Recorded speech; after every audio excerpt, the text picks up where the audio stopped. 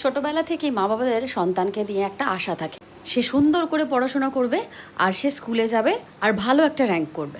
আর তারপর আরেকটা আশা থাকে, ভালো পড়াশোনা করলে কিন্তু ভালো চাকরিও পাওয়া যায়। কথা শুনে ভালো পড়াশোনা ভালো চাকরি তো পেয়ে গেলাম, কিন্তু সবসময় মনের একটা আশা ছিল যে নিজে কিছু একটা করে দেখাবো, মানে নিজে যা খুশি পারি, যাই ইচ্ছা হয়, যেটা মনকে খুশি দেয় আর সবাইকে আমি খুশি করব। তাই মনের একটা ভাবনাকে বাস্তবায়িত করার জন্য এই ভিডিও। আজকে তোমাদের সাথে শেয়ার করব আমার বিজি শিডিউলের থেকে এক কোণা ভাগ। তোমরা অনেকেই জানো আমার একটা ছোট্ট বুটিক আছে, আর সেই বুটিকটাকে আমি আমার প্রাণের থেকেও বেশি ভালোবাসি আর অনেকটা সময় দেওয়ার চেষ্টা করি। সময় দিলে কি না হয় বলো তো। আর ছোটবেলা থেকে শুনে এসেছি বাঙালিদের দ্বারা ব্যবসা হবে না, কিন্তু আমি এটা কানে শুনলেও মাথায় কিন্তু ঢোকায়নি খুব একটা বেশি। আরে হোক না হোক, চেষ্টা করতে দেরি কি, চেষ্টা করলে কি না পাওয়া যায়। চেষ্টা করলে তো ভগবানও এসে দেখা দেয় শুনেছি। কিন্তু আমার মনে হয় হার্ড ওয়ার্কিং করে দেখা উচিত, তারপর এসব কমেন্ট করা উচিত। তাই তোমাদের ভালোবাসা দিন দিন কিন্তু অনেক বেড়ে উঠেছে আগের থেকে। ফেসবুকে বুটিক দশভূজা সার্চ করলেই তোমরা আমাকে অনায়াসে পেয়ে যাবে। আমি ইনস্টাগ্রামেও আছি আর ইউটিউবে তো অবশ্যই আছি।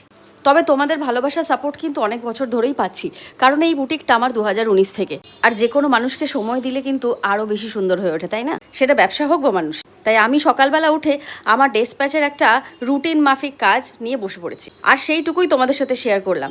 আর দেখো কি সুন্দরই না লাগছে। তোমাদের এখান থেকে কোন কালেকশনটা সবচেয়ে বেশি ভালো লাগছে? আমার কিন্তু বেসিক্যালি কটনের ওপরই বেশি কাজ হয়, আর এই গরমে কটন ছাড়া অন্য কিছু পরাটাও কিন্তু খুব দুষ্কর। আমার কাছে সমস্ত রকমের শাড়ি পাবে, তোমার যা যা রিকোয়ারমেন্ট, পার্টি ওয়্যার থেকে শুরু করে যা যা শাড়ি আছে। বিশেষ করে এখন কিন্তু ব্লক প্রিন্টের শাড়িগুলো খুব বেশি চলছে।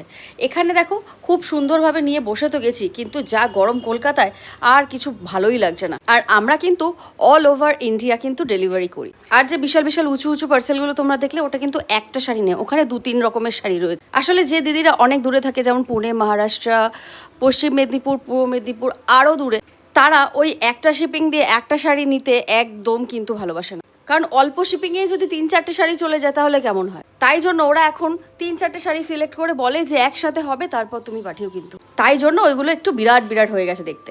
তবে আমার এই ভিডিওটা দেওয়ার কারণ হচ্ছে তোমাদেরকে জানানো যে আমার একটা ছোট্ট বুটিক আছে, আর ভালো লাগলে অবশ্যই ফেসবুকে গিয়ে লাইক কমেন্ট শেয়ার করে দিও যদি আমার কালেকশন ভালো লাগে।